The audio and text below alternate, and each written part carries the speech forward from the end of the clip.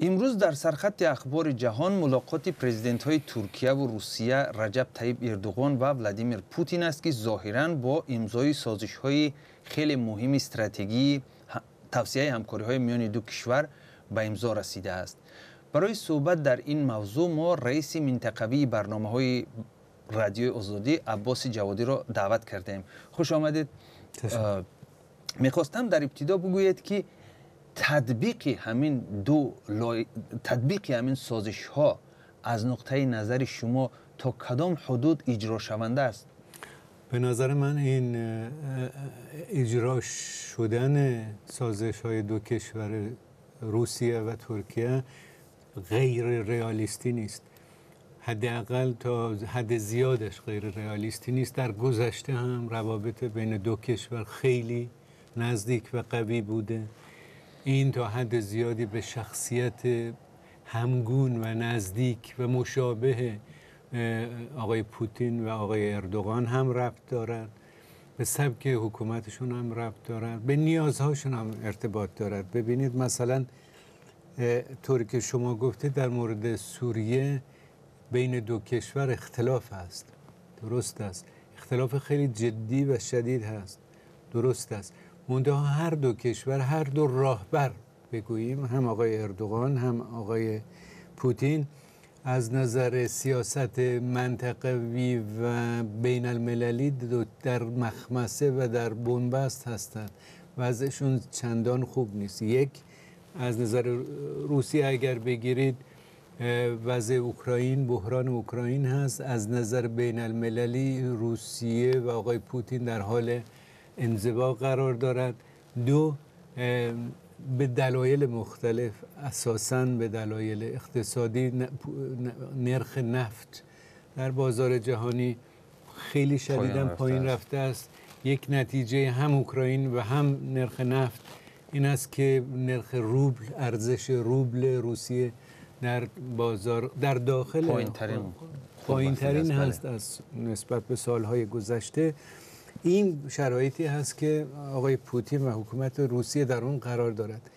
از طرف دیگر در ترکیه آقای اردوغان با سیاست ابتدایی قبلی خودش که در ابتدا شروع کرده بود و اونم این بود که با همسایگان صفر مشکلات داشته باشد، مشکلات نداشته باشد، در عمل طوری شده است که حالا امروز ترکیه تقریبا با همه همسایه‌هاش مشکلات دارد، به جز یکی دو همسایه، از جمله همسایه قدرتمند در ضمن روسیه. بنابراین این دو کشور به همدیگر خیلی احتیاج دارند.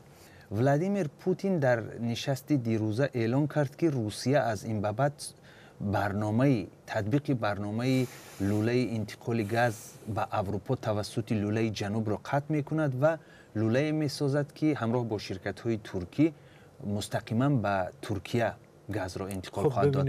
از این برنامه کی برد می‌کند و کی باخت می‌کند؟ طبیعتاً در درجه اول این کار، یعنی قطع جریان جنوبی انتقال گاز به اروپا که اساساً قرار بود ایتالیا رو با گاز تامین کند و یونان و بلغارستان و رومانی و غیره رو تامین کند، با تشبث و ابتکار اتحادیه اروپا بود که قطع شد به خاطر ملاحظات سیاسی بیشتر، از جمله ملاحظات مربوط به اوکراین.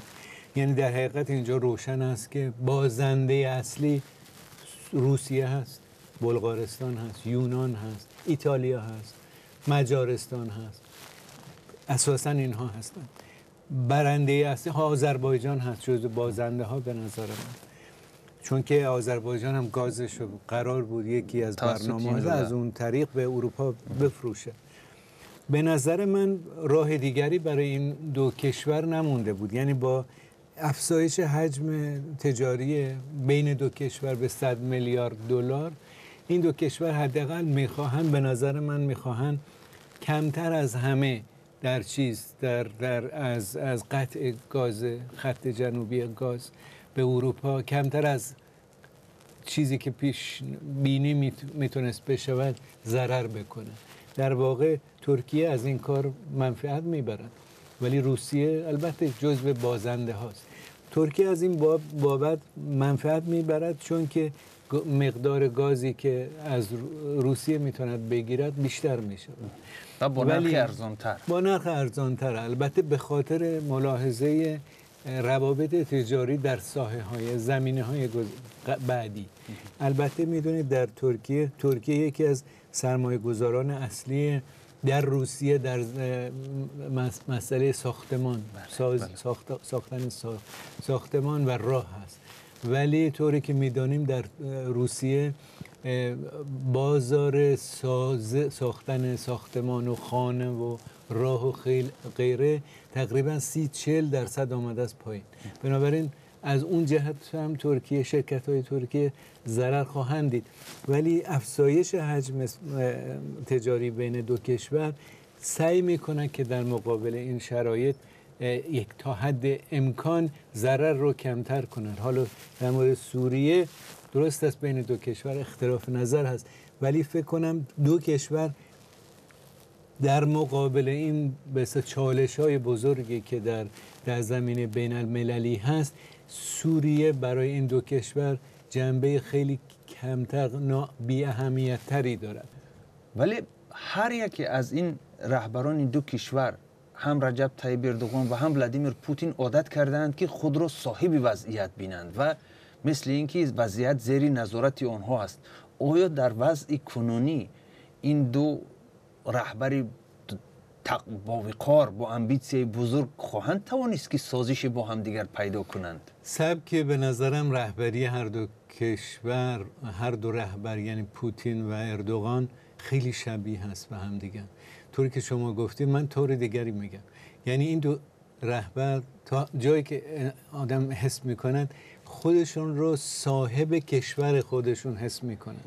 یعنی اردوغان فکر میکنه صاحب ترکیه است، آقای پوتین هم طوری که به نظر میرسه فکر میکنه صاحب روسیه است، تا جایی که ما میدانیم هر دو رهبر مثلا میخوان دقیقاً بدانن در کدام گوشه کشور، در کدام زمینه، اقتصاد، تعلیم و تربیت، مدارس، مکتب‌ها، دانشگاه‌ها، گاز، نفت، نمیدونم توریسم، غیره و غیره، نیروی دریایی، نیروی هوایی، برنامه‌های سیاسی، برنامه‌های تبلیغاتی، برنامه‌های تلویزیونی. حتی معروف است که آقای اردوغان مثلا زنگ میزنند به مدیر یک کانال تلویزیونی و میگوید که این برنامه رو ندهید یا ترجمهش رو ندهید یا خلاصه کنید و غیره و غیره. خودشون صاحب هر کدام صاحب کشور، وضعیت نه، به نظر صاحب کشور حس میکنن. از این جهت خیلی نزدیک هستن، اتوریتر. شاید مثلا کشور دیکتاتوری به اون معنا که امروز مثلا ازبکستان هست یا این ترکمنستان هست یا غیره و غیره، این کشورها نیستن، ولی کشورهایی هستن که بسیار بسیار به اتوریتت راهبرشون یعنی آقای اردوغان و آقای پوتین تکیه میکنن و اینا هم ظاهرا خوششون میان از این منش و رفتار موقعیتی که دارن و با طرز رفتارشون، با تعیین این تصمیم گیری درباره کابینت مثلا وزیران، تصمیم گیری درباره هر زمینه مثلا بهداشت، هر تعلیم و تربیت و غیره، اینها میخوان نشان بدن که تمام عنان کنترل کشورهای خودشون در دست دارن. این البته کمک میکنه که حتی نزدیکی بین این دو شخصیت هم باشد.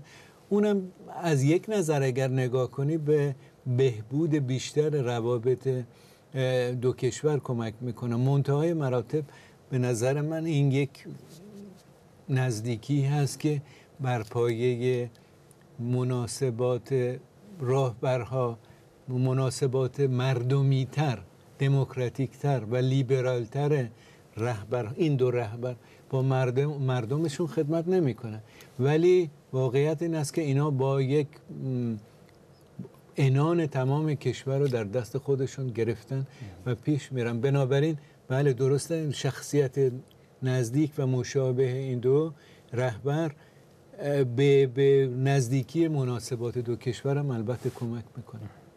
تشکر از شما. عباس جوادی، رئیس منطقوی برنامه‌های رادیو آزادی. تشکر.